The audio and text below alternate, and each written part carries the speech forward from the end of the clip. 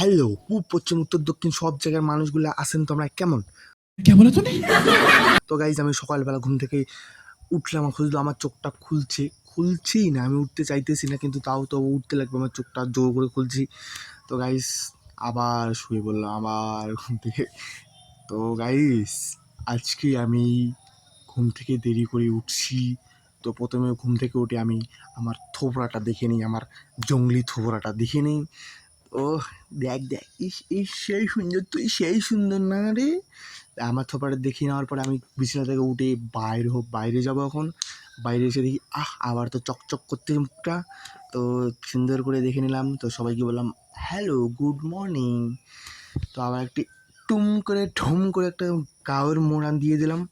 তো গাইস আমার বাবা হচ্ছে কাঁচামালের ব্যবসা করে, খানদানি ব্যবসা, বিজনেসম্যান আমরা। তো প্রথমে দেখাচ্ছি তোমাদের একটা লাড্ডু।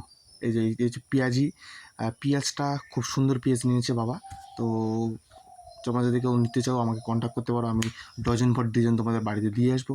তো গাইস তারপরে একটা তোমাদের সিক্রেট রুম দেখে, আমাদের একটা সিক্রেট রুম, এটা আমাদের সিক্রেট রুমটা এখানে থাকে আমার বাবা মা, কারণ আমাদের ঘর ভাঙা হয়েছে, এই জন্য আমাদের সিক্রেট রুমটা তৈরি করা হয়েছে। আর এখানে আমার মা কী করছে, ওগো মা গো তুমি কী করছো মা? মাকে অবশ্য আমি আদর করে পেতনি বলে ডাকি, তো ডোন্ট মাইন্ড। তো এখন আমি একটা জায়গায় আসলাম, যে জায়গাটা এসে সকালবেলা উঠে আমি একটা কাজ করি। এ আচ্ছা, কাজটা হলো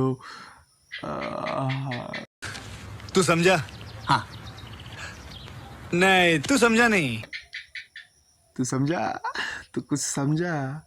তো গাইস আমি একটু ফ্রি হচ্ছি, এমন ফ্রি হচ্ছি যেটা তোমাদের দেখাইতে পারবো না। আমি খুব ফ্রি হচ্ছি গাইস।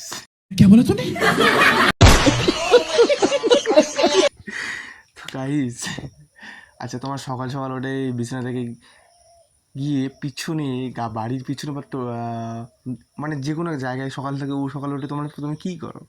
আমি সেই কাজটা করে তারপরে মুখটা ধুয়ে মুখটা টুক করে গামছার মধ্যে মুছে নিলাম, ফ্রেশ হচ্ছি।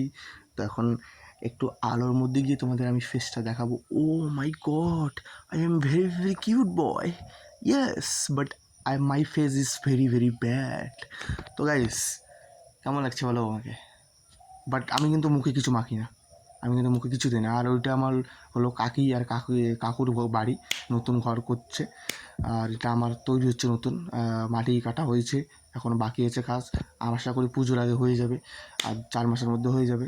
তো পুরো কাজ চলছে। তো গাইস আর এটা হলো আমাদের আম গাছ। তোমাদের আম গাছের আমটা আমি দেখাবো, কত বড় আম আমাদের গাছটা। চলো আমটাকে দেখো তোমরা। তো গাইস দেখো, আমটা কেনা আমের থেকেও বড়, আর সেই টেস্ট, সত্যি এটা পাকলে যা টেস্ট লাগে, কাঁচা থাকলে তো এমনিতে টেস্ট লাগে, পাকলে আবার টেস্ট লাগে, সেই টেস্ট। দেখো গাইস কি সুন্দর আমটা, একদম হলুদ হয়ে পেকে আমার মনে টুক করে মনে আবার বলে সরি ডোন্ট মাইন্ড। তো টাটা গাইস, দেখা হবে নেক্সট ভিডিওতে।